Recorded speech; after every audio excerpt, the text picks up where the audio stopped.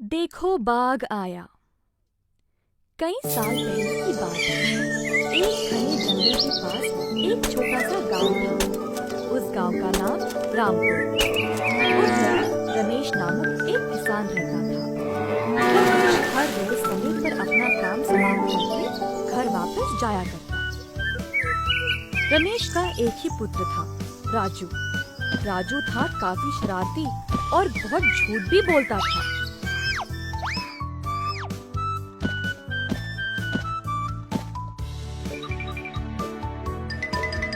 एक दिन राजू खेलते समय उसकी नजर एक नकली बिच्छू पे पड़ी।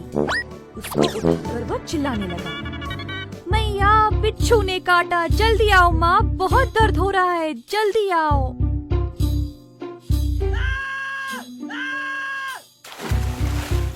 राजू की माँ परेशान होकर दौड़ते हुए आई।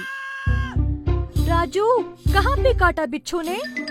राजू ने अपनी माँ की ओर देखा और जोर से हंसने लगा।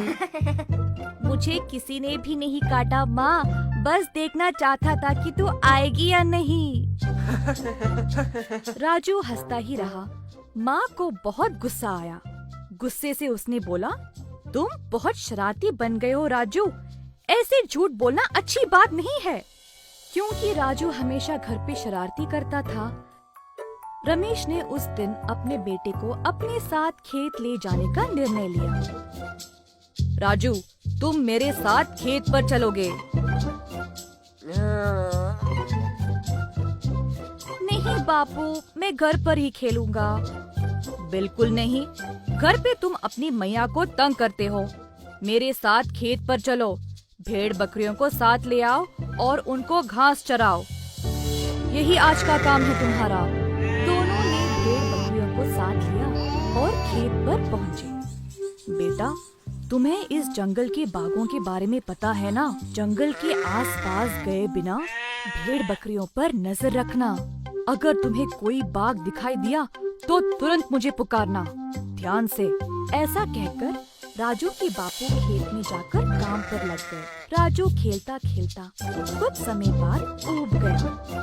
फिर बापू बापू देखो बाघ, जल्दी आओ बापू। ऐसा कहकर राजू चिल्लाने लगा। रमेश सबको लेकर राजू की ओर दौड़े आया। कहाँ राजू, कहाँ पे देखा बाघ को? राजू जोर से हंसने लगा। यहाँ कोई बाघ नहीं है, मैं तो बस मजाक कर रहा था।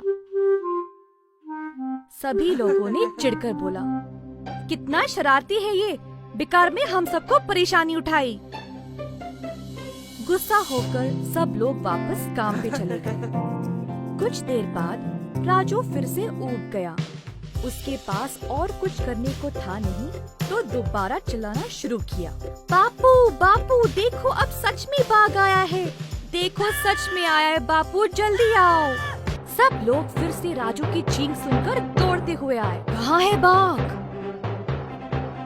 कोई बाघ नहीं आया बापू। अगर यहाँ सच में बाघ होता तो मैं बस यही देखना चाहता था कि आप सब लोग आएंगे या नहीं। अगर यहाँ सच में बाघ होता तो फिर हम क्यों नहीं आएंगे? ये मजाक बंद करो। अगर तुमने फिर से ऐसा किया तो मैं तुम्हें कठोर दंड दूंगा, समझे? छोटा बच्चा है इसीलिए छोड़ रहे, लेकिन तुम अपनी आदतें बदल लो राजू। राजू सोचने लगा, हाय रे, सब लोग ऐसे क्यों बात कर रहे? मुझे नहीं पता था कि सबको इतना गुस्सा आएगा। अगर मैंने फिर से मजाक किया तो सब मुझे मारने लगेंगे। बेहतर है अब मैं ऐसा कुछ ना करूं। लेकिन अब वहाँ पर सच में एक बाघ आ गया। बाघ चुपचाप भेड़ों की ओर जा रहा था। बाघ बाघ बापू जल्दी आओ, कसम से सच में बाघ आया है, विश्वास करिएगा, सच में बाघ आया है। नाना, खेत के सारे लोगों को फिर से राजू की चीख सुनाई दी। देखा, अभी हम उसे डांट के आए हैं और ये फिर से शुरू हो गया। हाँ हाँ, राजू कुछ ज्यादा ही शरारती बन गया है। चिंता मत करिए, मैं उसे बाद में सबक सिखाऊंगा। सब लोग अपने काम में व्यस्त रहे और राजू की चीखों की परवाह नहीं की। कोई भी राजू की मदद के लिए नहीं आया और वह डर के एक झाड़ी के पीछे छिप गया। राजू ने बाघ को एक एक करके सारे भेड़ों को पकड़ के ले जाते हुए देखा। बाघ के जाने के बाद राजू रोते रोते अपने बापू के पास गया। क्या हुआ राजू, क्यों रो रहे हो? बाघ इस बार सच में आया था। मैंने सबको बुलाया परंतु कोई नहीं आया। बाघ एक एक करके सारे पेड़ों को ले गया बापू। रमेश ने अपने बेटे को गले से लगाया और उसके आंसू पोंछकर उसे घर ले गया। राजू ने रोते हुए अपनी मैया को सारी दुर्घटना सुनाई। अब तो कुछ सीखा तुमने। मजाक में भी झूठ बोलना अच्छी बात नहीं है बेटा। तुमने 2 बार झूठ बोला और तीसरी बार सच बोलने पर भी किसी ने भी तुम पे विश्वास नहीं किया। अब से झूठ बोलना बंद करोगे राजू? मैया, अब से मैं कभी झूठ नहीं बोलूँगा। क्षमा कर दे।